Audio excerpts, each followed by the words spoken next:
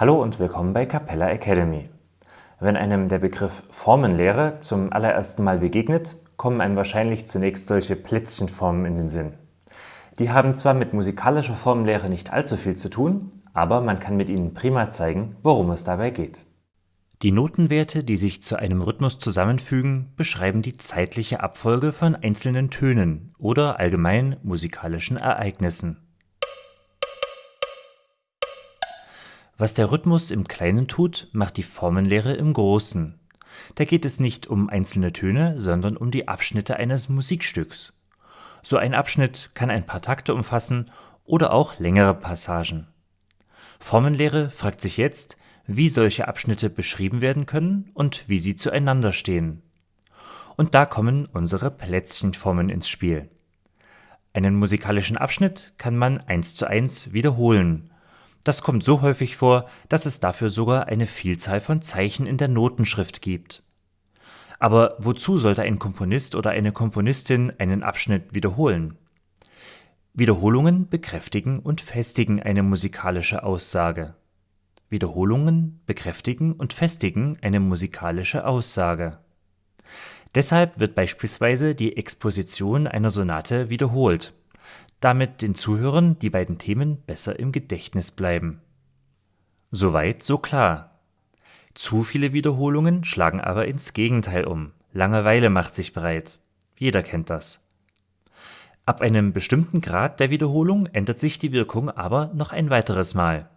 Es entsteht ein Muster, bei dem das einzelne Motiv verschwindet und die Wiederholung das zentrale Element der Musik wird.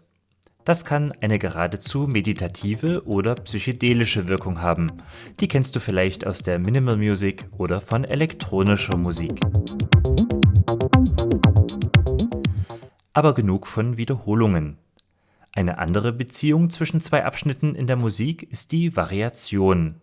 Einige Dinge bleiben gleich, andere werden abgewandelt, wobei die Grundform immer erkennbar bleibt. Das ist auch das Schöne an einer Variation. Es ist fortwährend etwas Neues zu hören und das Bedürfnis nach Abwechslung wird befriedigt. Gleichzeitig bleibt die Grundstruktur vertraut. Dagegen gibt es auch Abschnitte, die nicht die gleiche Grundstruktur haben, sondern einfach voneinander verschieden sind. Zum Beispiel besteht ein Lied häufig aus einem Wechsel von Strophe, Refrain und so weiter. Das geht natürlich auch komplexer. Ein Rondo sieht in seiner Struktur so aus. Und Helene Fischers Atemlos durch die Nacht ungefähr so. Zwei musikalische Abschnitte können aber auch noch mehr sein, als gleich, variiert oder verschieden.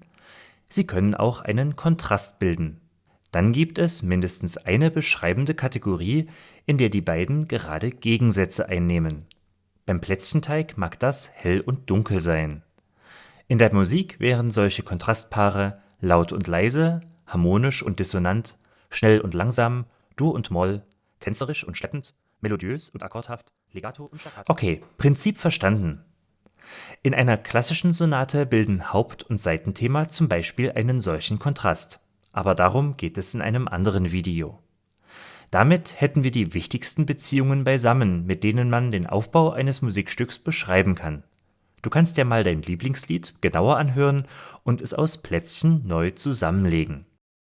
Bei all diesen Fachbegriffen, mit denen man Musikstücke beschreiben kann, sollte man aber nicht verlernen, Musik auch einfach mal zu hören und zu genießen. Bei Keksen kommt es schließlich auch nicht nur auf die Form an, sondern ebenso auf den Geschmack. Wir hören uns.